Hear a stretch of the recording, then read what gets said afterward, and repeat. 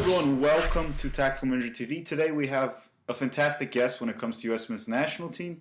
Honestly, he knows way more than me when it comes to US Men's National Team. So everyone, please say hi to Pete. Thank you very much for being here with us. Pete from 11 Yanks, which, by the way, I am putting his link on the description down below. Go check his channel if you haven't already, especially if you're a United States fan. Pete, welcome to the channel.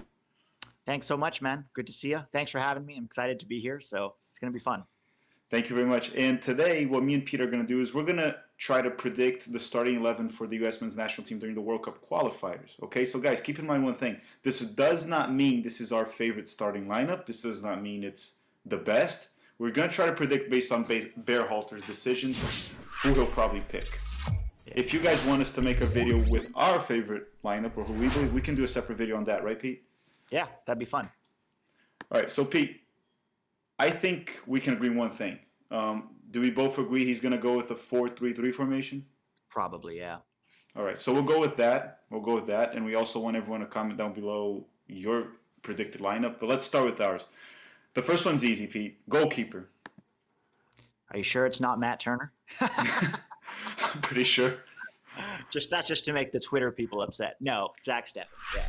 I agree. Zach Steffen. I don't think there's much to talk about here. The New England Revolution, a couple Twitter MLS fans are going to say Matt Turner, but I think Zach Steffen is better under the goalpost as a goalkeeper, better with his feet, and better fit, also more agile, just everywhere.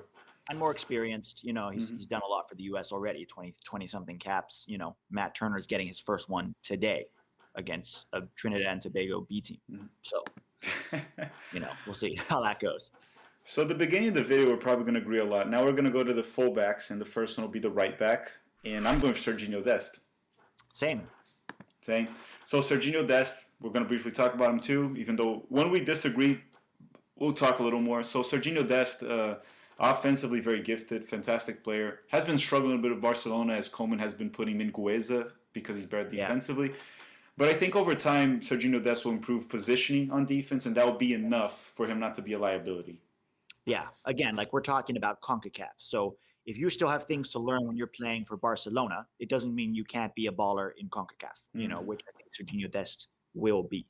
And he should be on the right, at right back, not left back as some people want him to be, or as some people think Berhalter might use him. I don't think so. I think he's going to keep him at right back. I agree with that too. I think he's going to keep him right back. He did do a test on the October camp, I believe, for Reggie Cannon and Dest on left. I don't think he's going to do that again. Left back, Pete. Left back, I'm going to go Anthony Robinson. Me too. I know some people criticize him, and he hasn't always been great for the U.S., but he hasn't always had a lot of chances. He played one game under Berhalter against Jamaica 2 years ago, almost now, a year and a half ago. He was not good. Nobody was good in that game. It was a friendly before the Gold Cup. His last game against Wales, people talk about how bad he was. He was struggling for the first 15, 20 minutes. Yeah. But after that, he was pretty solid. We're not spectacular, but solid. And I think he's continuing to improve with Fulham. And I think he will make that left back spot his own, at least for the foreseeable future for the U.S. Yeah, I agree with you. And I would also put him there. He's also very young. He's 21, I believe. 22 maybe. 23 now, 23. 23. Yeah. Still very young. The only problem I have with him is pretty much something, I don't think you said it right now. It's when he goes to offense, as much trouble as he causes to the other defense, he causes to his own defense at times. That's the only problem I have with him right now. But he has been very good for Fulham at the Premier League, which is in the league. I'm fine with that. He's our left back right now. The other options we would have would be what? George Bello? Sam Vines? Bello or Vines, maybe. I mean, he's ahead of them. Yeah, definitely ahead of them. The other thing to think about with Robinson is the system that Berhalter is going to play. In that 4-3-3, he's going to have those wingers pinch inside. And that's going to vacate space. And that's exactly where you want Dest and Robinson occupying those wide spaces, occupying the opponent's fullbacks, so that Posik and whoever ends up playing on the right can cut inside and cause problems, you know, in the center of the field. That's the problem with people who want Dest to play on the left. He's going to do the same thing as Posik. So he's going to cut inside onto his right foot. And they're both going to be occupying the same space, when what you want is someone to take advantage of that space that Posik is going to vacate. And that's why I would play Robinson there, and why I think Berhalter will too. It's similar to what you just said. It's similar to what Brazil did a couple years ago when they had Marcelo and Neymar on the left side of the field. Neymar would pinch in, Marcelo would just go through that avenue, and they're both dangerous up top. Yeah. Not saying Posik and Robinson are Marcelo and Neymar, That's You heard it here, guys. The thing is, some people overhype the U.S. so much that they might actually say that I said that and agree with me. But no, Yeah. not yet. The U.S. Not, is better than never. Brazil, for sure. Robinson, and Pulisic are the second coming of Neymar and Marcelo. Exactly. They're going to make a clip of this and put it on our Twitter channel. The center backs, Pete. I'm gonna go. This is who I'm gonna go with. I'm gonna go with Brooks and Matt Miazga. I think he'll go with that. Brooks is pretty much a lock as long as he's healthy. And Miazga. What about you? I would go definitely with Brooks. He's a lock start. Originally, I was going to go with Long at center back, but based on news that came out today, I'm changing it to Richards, and here's why. We're hearing today that Richards is going to go on loan to Hoffenheim. Now, if Richards goes to Hoffenheim for the last half of this season and plays regular Bundesliga minutes, I think by the time World Cup qualifying starts in September, I think Berhalter will give him a chance in March to start at least one of those games, and maybe in the Nations League. And by September, I think he might be ready to start with John Brooks, because if you're playing regular Bundesliga minutes, and Richards still has weaknesses for sure. He still gets bullied. His reading of the game is still something he needs to work on. But I think 6 months from now, we're going to see a different story. So I think it's going to be Richards and Brooks. You see, if that happens, if I know he's pretty much confirmed to go to Hoffenheim by now, if he does actually play there, which I think he will too, I agree with you. That is very possible. That is, I can go with yours because if you do get that right, it's an impressive prediction. Miazga's me playing it safe, actually. Yeah, I get that. But if Richards plays, he does have. I do think he has better passing skills than both you mentioned, Miazga and Long. Definitely better than Long. I think Miazga is actually pretty good with the ball at his feet. But you think Richards will be at least at his same level as him, at least at passing? So here's what I've noticed with Richards' passing game. He's good in possession of the ball, okay, but he doesn't make line-breaking passes like someone like John Brooks does. Mm-hmm. So I think he'll be safe. When you have possession of the ball, he can keep it in possession even under pressure, which is similar to Miazga. Long cannot. He just can't pass the ball. He doesn't do it at Red Bull. He struggles to do it with the U.S. Yeah, but he's going to be a future star for Liverpool. Yeah, no, I think he's going to be fine, like adequate with his passing, but he's not going to be like Mckenzie, for example. Mark Mckenzie is another one to watch because line breaking passes is what he can do. You know, I've seen it with both the Union and I've seen it with the U.S. Can he do it in Europe? We'll see. But I think in Concacaf, Mark Mckenzie is like, I wouldn't put him to start yet, but he could be a sort of a dark horse to force his way in. At very least, he should back up John Brooks instead of Tim Ream. But that's a separate discussion. Yeah, I think I think Mckenzie eventually will take John Brooks' spot. Not now. Yeah. John Brooks is 28 to 29 now. Mckenzie's 21. So give him maybe 4 years. That's Mckenzie's spot. So question for you. John Brooks, we know he's our lock starter, okay? But he's not a perfect defender either. And a lot of USMNT fans think of him as being elite defender. Mm-hmm. What is your take on Brooks as far as a defender? What are his strengths and weaknesses? Well, he's our best defender for sure, but I find him kind of shaky at times. And I talked this even to Dustin, our producer. I just don't trust him as much. Yeah. It could be I don't know if it's concentration that it is. He's just not very reliable in every single ball. In the air too. Not the best in the air too, even though he scored a goal today. I saw he scored a goal. He did score a goal today, yeah. But he's not the best defender in the air, even though he's a big defender. He's not very reliable. That's my problem. But they rate him as high because, yes, he's the best we've had for years, and he's the best right now. But he's also the best right now because of one thing. One, Chris Richards, as you said, super young. I think Chris Richards can surpass him very soon.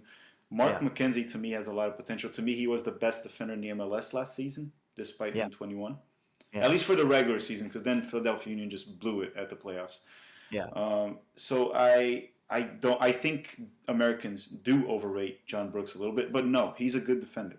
He is a good defender. A good defender. What I've noticed is when he gets turns, when the balls are played in behind him and he has to turn quickly, that's where he struggles. You know, he's a big athlete, but sometimes he's not as mobile as he should be, and I think that affects him when he's on the turn, playing the ball in behind him. That's where he struggles. All right, so the defense will go with John Brooks, and I'll go with yours. I'll go with Chris Richards on this one. You'll give me one later. One later. So let me see here. Now we're gonna go to the midfield. We're going to go to the midfield position. And we'll do a holding midfielder first. Who would you go for the holding midfield? I think it's... Tyler Adams. Me too. Tyler Adams is our holding midfielder, maybe our future captain or captain during the qualifiers. Versatile, good on defense, good on short passes, okay on offense, not the most skilled player, very active on offense, pressing, very good pressing game. That one's a no-brainer to me. Easy right now. Same.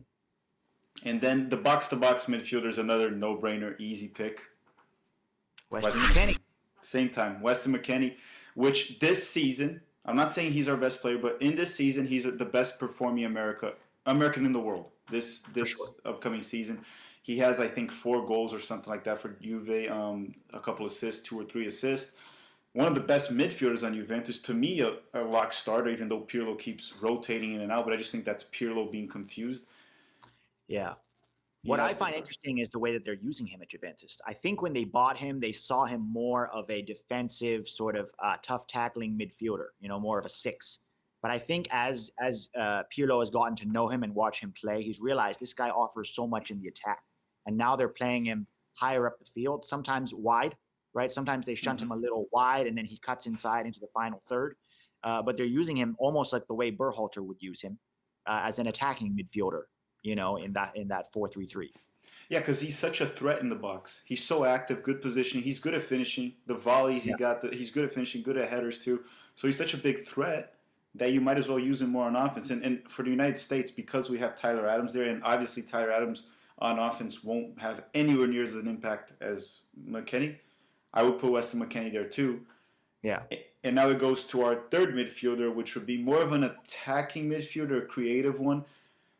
I do think it'll be Giovanni Reyna. Same. Do you think there's any chance he would put Reyna as a winger again? Depends what happens with Yunus Musa. So I don't have Yunus Musa in my lineup because he hasn't committed to the U.S. So I'm not going to start locking him in. If he commits to the U.S., I think it's possible that Berhalter will have him there, but I think it will be as a right winger. I actually think, we saw the inverse of that. So Reyna as the right winger coming inside and Musa as a attacking midfielder. I don't think that's Musa's strength. To be honest, I don't know if he's even a winger. I think Musa is more of a Mckenney type of player. I think that's the closest thing.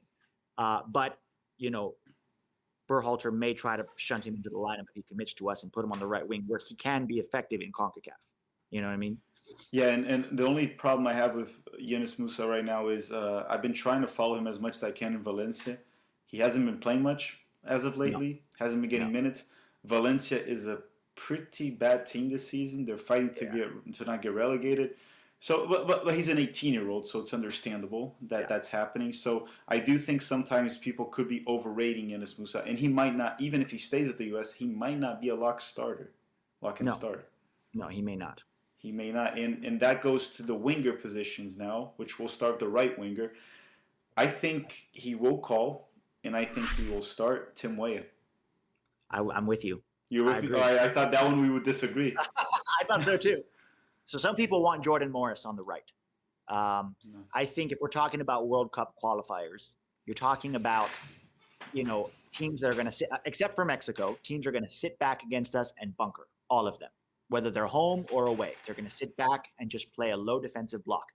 And when you want to unlock that kind of a block, you cannot have Morris on the team. Morris is an athlete, but he's not a technician. Okay, athletes are good in transition, generally speaking, but not so much when you're trying to open up in tight spaces. And that's what Weah is. Weah is a technician. He can play technical game in tight spaces and unlock defenders. We saw it at the U20 World Cup. We've seen it in Scotland. We've seen it in France this year.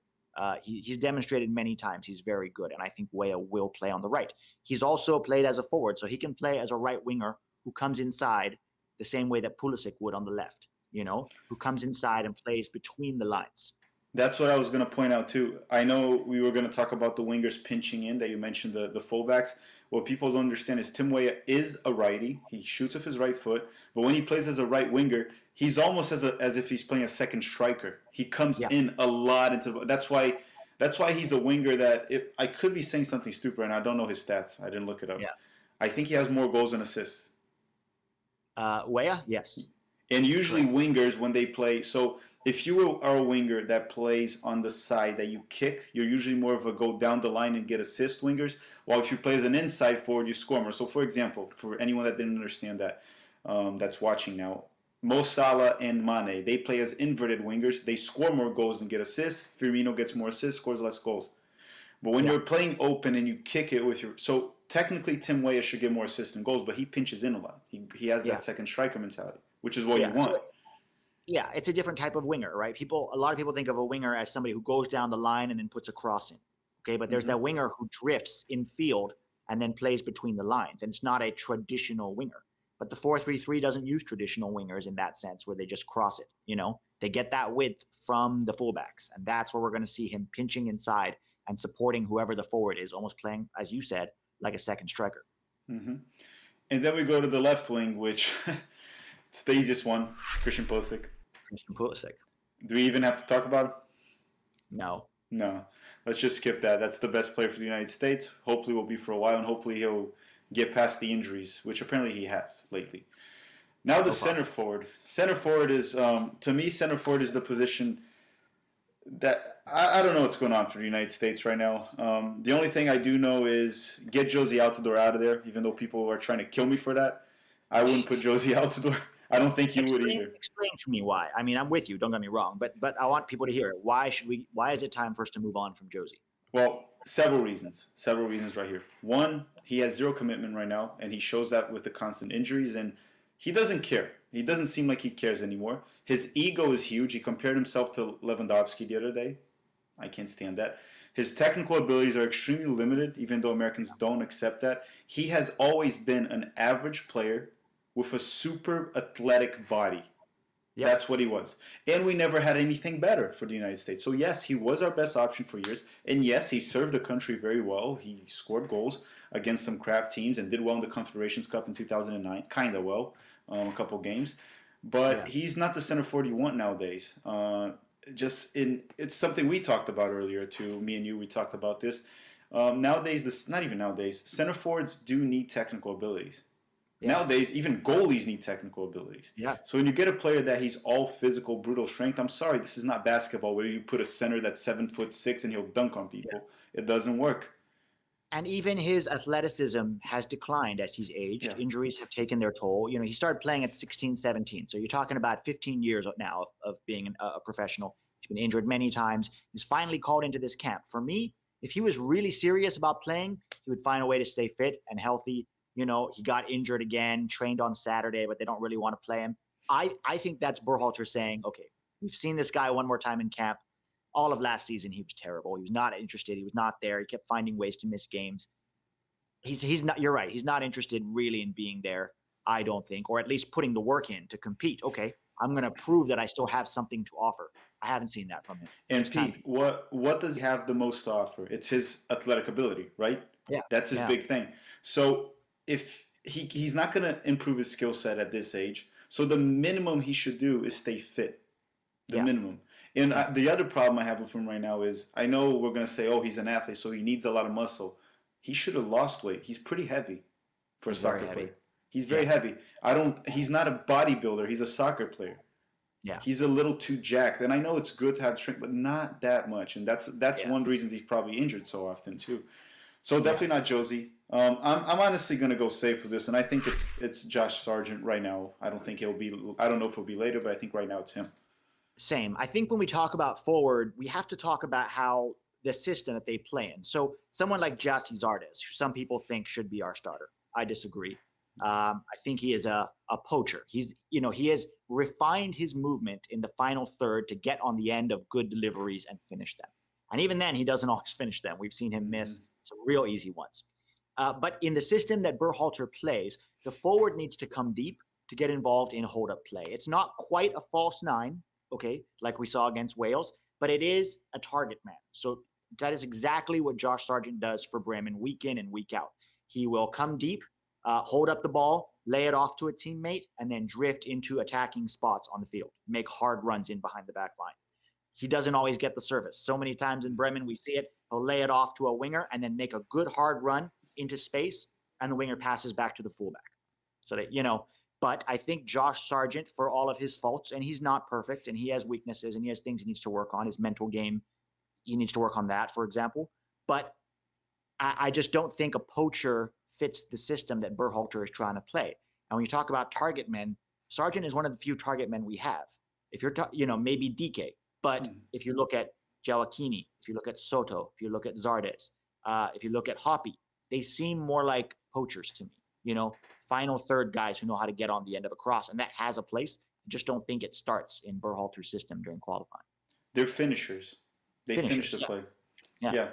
The thing is, I think those players are important to have at the bench. We need a result. You put the goal scorer in. You mentioned DK. He does do that a lot for Orlando City too. He does protect the ball and lay it back.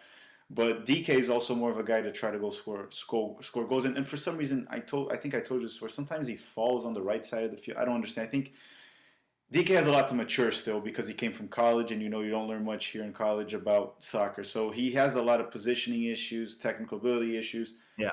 But he does have the athletic ability and some pretty good talent.